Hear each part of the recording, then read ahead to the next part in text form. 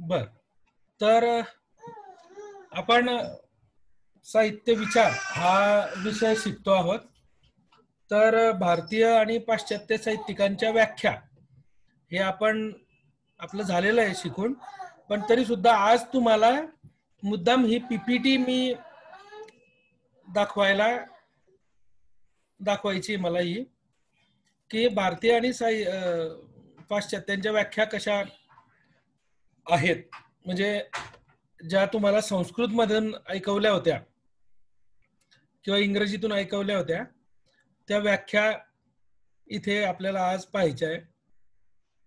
बघा, तुम्ही संस्कृत जे साहित्यिक आहेत त्यामध्ये विश्वनाथाची पहिली व्याख्या आहे पहा. वाक्यम रसात्मकम काव्यम, रस हाच काव्याचा आत्मा आहे, असं विश्वनाथनं सांगितलेलं आहे. वास्तविक त्याच्या आधीच भरताने नाट्यशास्त्राची चर्चा करताना रसविषयक सूत्र मांडलेलं आहे. मात्र भरत हा फक्त सूत्र सांगत होता. विश्वनाथने मात्र रस हा काव्याचा आत्मा असल्याचं विधान केलं. त्यातून बऱ्याच प्रमाणात काव्याचं स्वरूप आपल्या लक्षात येतं. रस म्हणजे भावना. काव्य वाचल्यानंतर वाचकाच्या मनात भावनेची जागृती होते. शृंगार, वीर, करुण, हास्य इत्यादी रसांमध्ये अनुरूप अशा भावनांचा तो अनुभव असतो. तो आपणास सुखदायक वाटतो. तो अनुभव रमणीय व आकर्षक वाटतो. पुढची जी व्याख्या आहे ती रुद्रटाची आहे. ननु शब्दार्थो काव्यम, भामहाशा मताशी मिळती जुळती अशी व्याख्या रुद्रटाने केलेली आहे. तो काय म्हणतो? ननु शब्दार्थो काव्यम. खरोखरच शब्द आणि अर्थ या दोघांचा समन्वय साधला म्हणजे काव्य निर्माण होतं. रुद्रटने रसपरिपोष करणारे शब्द आणि रसप्रतीती देणारा अर्थ यांना काव्यात महत्वाचं स्थान दिलं आहे. हे शब्द सामान्य लोकांचे नसतात, तर प्रतिभावंतांचे असतात. प्रतिभावंतांचे म्हणजे लेखकांचे, आणि त्यांचे अर्थ रसप्रतीतीचा आनंद देतात. पुढची व्याख्या आहे आनंदवर्धन यांची. आनंदवर्धन म्हणतात, रसः एवं वस्तुतः आत्मा. या व्याख्येतून रस हाच खरोखर काव्याचा आत्मा आहे असं प्रतिपादन ते करतात.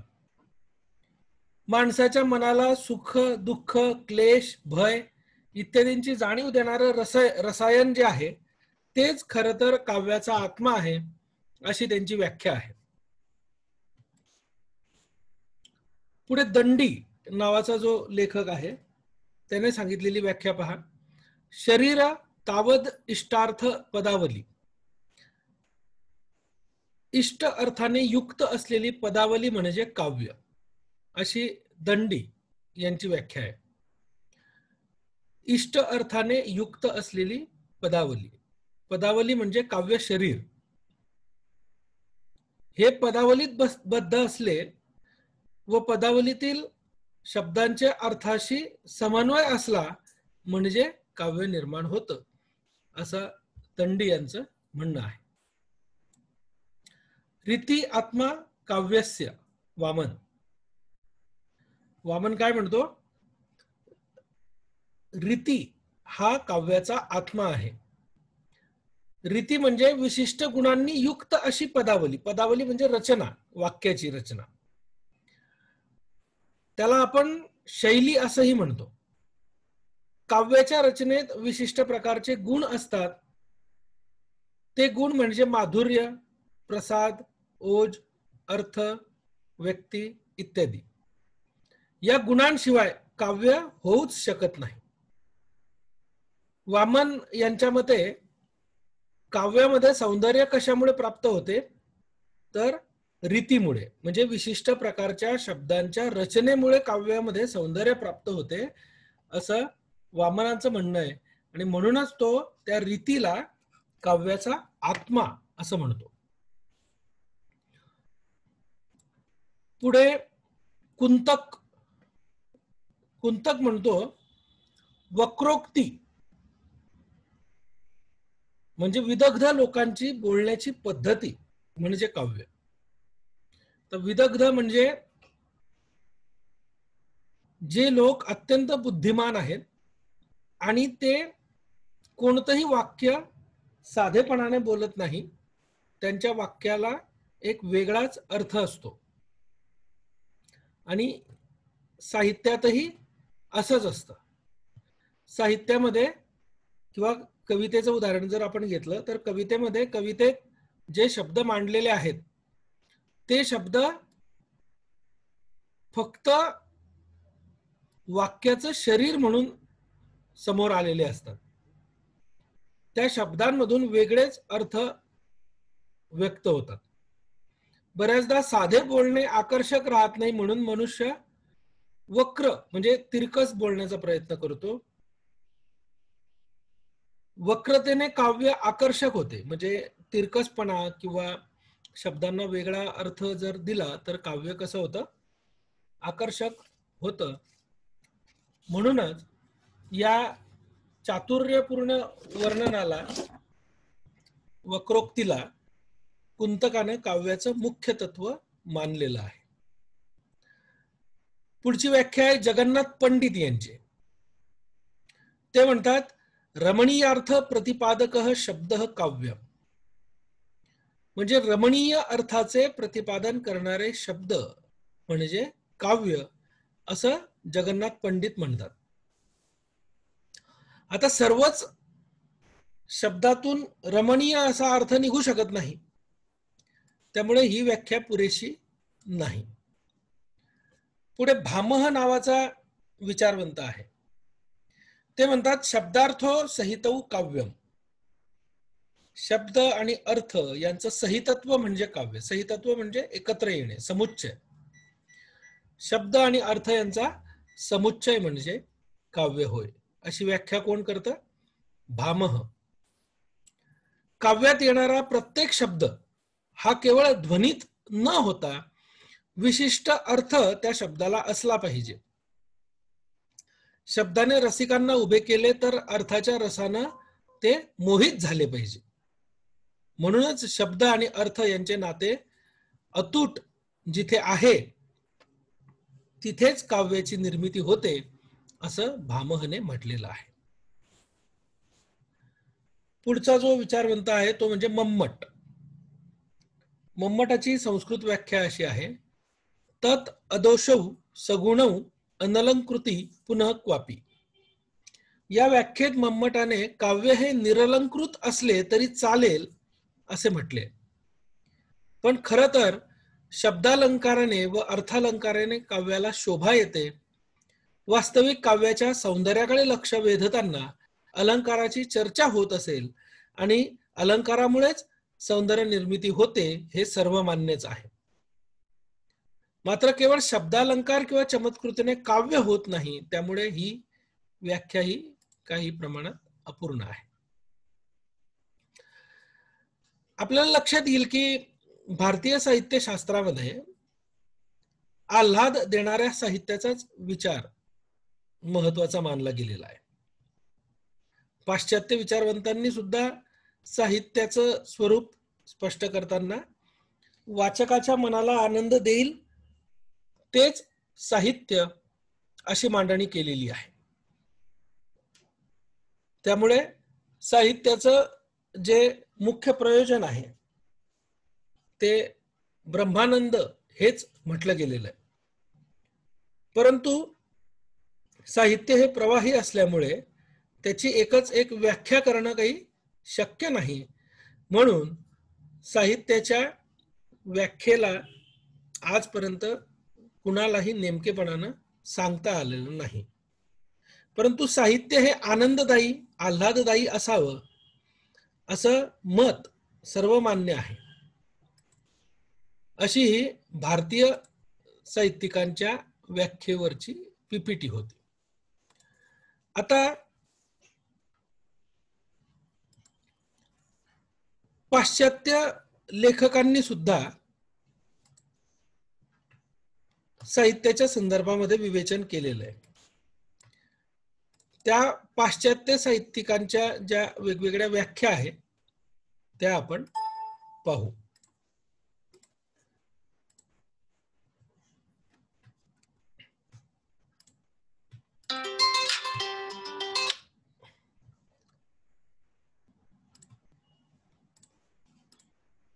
दिसतंय पीपीटी?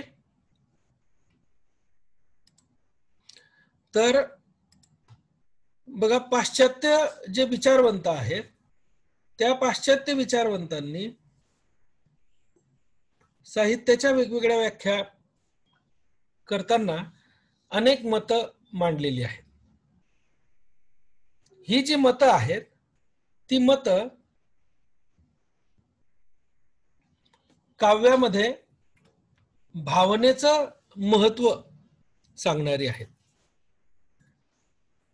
काव्याचा भावना हा आवश्यक घटक आहे हे सर्वांनाच मान्य झालेलं आहे. तसेच भावनेच्या अंगा इतकेच कल्पनेच्या अंगालाही महत्व दिलेलं आहे. काव्यातील पुष्कळ भाग हा कल्पना निर्मित असतो व कल्पना हीच काव्य निर्मितीची प्रमुख जनक असते. कल्पनेनेच कथानकाची जुळणी, व्यक्तीची निर्मिती, शिवाय दोघांना पूरक अशा गोष्टी लेखक साधत असतो. शिवाय लेखक कवी आपल्या लेखनाची मनोरंजक सजावट, उपमा, रूपक, उत्प्रेक्षक अशा अलंकारिक योजनेने करत असतो. सोबतच बौद्धिक अंग शास्त्रीय वाङ्मयात विशेषत्वानं दिसून येतं. पण ललित वाङ्मयात सुद्धा भावना व कल्पना यांना मर्यादित ठेवण्यासाठी त्याचा उपयोग होतोच. या तीन अंगांना व्यापून त्यांना एकजीव करणारा विचार काव्याची व्याख्या करताना झाला. शिवाय काव्याच्या स्वरूपामध्ये लयबद्धतेलाही महत्व अनेकांनी दिलेलं आहे. पाश्चात्य साहित्यिकांच्या व्याख्या पाहताना आपल्याला पहिली व्याख्या पाहावी लागते ती म्हणजे कोलरिज यांची. कोलरिज म्हणतो the best words in the best order. ही व्याख्या जर पाहिली तर अनेक प्रकारच्या शब्दांमधून चांगला शब्द कसा ओळखणार, त्यासाठी कोणते निकष लावणार असा प्रश्न उभा राहतो. कारण त्याचं म्हणणं आहे की उत्तम शब्दांची उत्तम रचना म्हणजे काव्य. मग चांगल्या वस्तूचा द्योतक असलेला शब्द तो चांगला असं समजायचं का? त्यानुसार भारत, गंगा, हिमालय हे चांगले शब्द समजायचे. मग चोर, लफंगा, उकिरडा हे शब्द वाईट आहे का? त्यामुळे चांगले शब्द आणि त्यांचा चांगला क्रम हे ठरवता येत नाही. फक्त उत्तम शब्दांची उत्तम रचना म्हणजे काव्य एवढं म्हटल्यावर काव्याचं स्वरूप स्पष्ट होत नाही, म्हणून ही व्याख्या अपूर्ण आहे. हॅझलिट म्हणतो the language of imagination and passion. कल्पना, विकार, भावना, तीव्र इच्छा या गोष्टींना हॅझलिटनं महत्व दिलेलं आहे. त्याचं म्हणणं आहे की कल्पनेची आणि तीव्र इच्छेची जी भाषा आहे ती म्हणजे काव्य होय. मग आता इथं रसनिर्मिती म्हणजे पॅशन असं म्हणायचं का? कारण एखादी अवघड परीक्षा पास झाल्यानंतर आपण ज्या शब्दातून आनंद व्यक्त करतो त्याला काव्य म्हणता येईल का? याचं उत्तर नाही असंच. आपण उच्चारलेली भाषा ही काव्याची भाषा नसतेच. थोडक्यात काव्य म्हणजे वैयक्तिक सुखदुःखाचं रडगाणं नाही. हॅझलिटने भावना आणि तीव्र इच्छेला महत्व दिलेलं आपण पाहतो, पण तरी सुद्धा त्याच्या या व्याख्येतून काव्याचं स्वरूप पूर्णपणे स्पष्ट होत नाही. काव्याच्या स्वरूपाच्या थोडीशी जवळ जाणारी व्याख्या वर्ड्सवर्थने केलेली आहे. तो म्हणतो the spontaneous overflow of powerful feeling recollected in tranquillity. उत्कट भावनेचा उत्स्फूर्त आविष्कार म्हणजे काव्य असं त्याचं म्हणणं आहे. वर्ड्सवर्थने भावनेच्या आविष्काराला महत्व दिलेलं आहे. मॅथ्यू अर्नॉल्ड या लेखकाने the most delightful and perfect form of utterance that human words can reach अशी व्याख्या केलेली आहे. तेथे त्याने शब्दार्थांच्या वैशिष्ट्यपूर्ण आविष्काराला महत्व दिलेलं आहे. अर्थात त्यांच्या मते काव्य म्हणजे वाणीचा आल्हाददायक व सर्वांग परिपूर्ण म्हणजेच निर्दोष आणि सौंदर्ययुक्त आविष्कार होय, असं त्यांचं म्हणणं आहे. याशिवाय मॅथ्यू अर्नॉल्ड म्हणतो poetry is the criticism of life. काव्य म्हणजे जीवनावरची टीका, असंही त्याचं म्हणणं आहे. पण त्याने या दोन व्याख्या जरी केलेल्या असल्या तरी या दोन्ही व्याख्यांमधून साहित्याचं पूर्ण स्वरूप स्पष्ट होत नाही. एडगर ॲलन पो तर म्हणतो की सौंदर्याची लयबद्ध निर्मिती म्हणजे काव्य, the rhythmic creation of beauty. त्याने सौंदर्याच्या लयबद्ध निर्मितीला महत्व दिलेलं आहे. पण पुन्हा आपण त्याच निष्कर्षावर येतो की फक्त सौंदर्याची लयबद्ध निर्मिती करून साहित्याचं स्वरूप स्पष्ट होईल का, तर नाही. कोर्ट हॉप नावाचा जो लेखक आहे तो म्हणतो expression of imaginative thought and feeling is poetry. काल्पनिक विचार व भावना म्हणजे काव्य होय. पण फक्त कल्पनेला महत्व देऊन चालत नाही, तर त्या पलीकडेही अनेक घटक साहित्यामध्ये असतात, कवितेमध्ये असतात, वाङ्मयामध्ये असतात. त्यामुळे ते सगळे घटक जे असतात ते फार महत्वाचे असतात. या एकाच एक घटकाचा विचार करून साहित्याचे स्वरूप सिद्ध होत नसतं. कार्लाइल नावाचा जो लेखक आहे तो म्हणतो the disimprisonment of the soul of fact. वस्तुस्थितीच्या पकडीतून आत्म्याची सुटका म्हणजे काव्य, अशी व्याख्या तो करतो. खर तर ही व्याख्या सुद्धा अपूर्ण आहे. आपल्याला लक्षात येईल की भारतीय आणि पाश्चात्य अशा दोन्ही प्रकारच्या साहित्यामधून निर्माण होणाऱ्या आनंदाला महत्व आहे.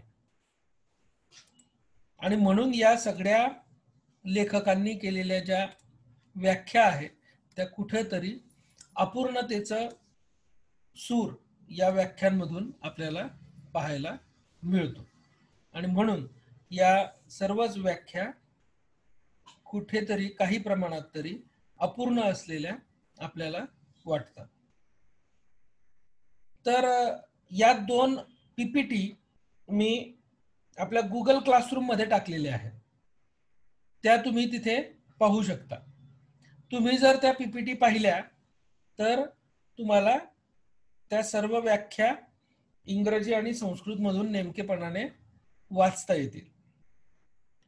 तर तुम्ही त्या सर्वांनी जरूर वाचा आणि त्याच्यावर आधारित जी इंटरनल आपण घेऊ त्याची उत्तरं तुम्हाला द्यायची आहे.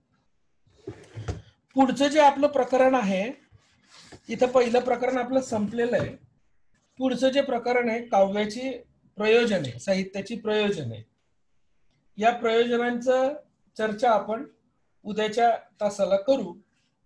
उद्याच्या तासात साहित्याचे प्रयोजन काय आहे, मम्मट नावाच्या लेखकानं कोणती कोणती प्रयोजनं सांगितली, पाश्चात्यांनी कोणती प्रयोजनं सांगितली, असं या प्रकरणामध्ये मांडणी केलेली आहे, ती आपण सगळे पाहणार आहोत.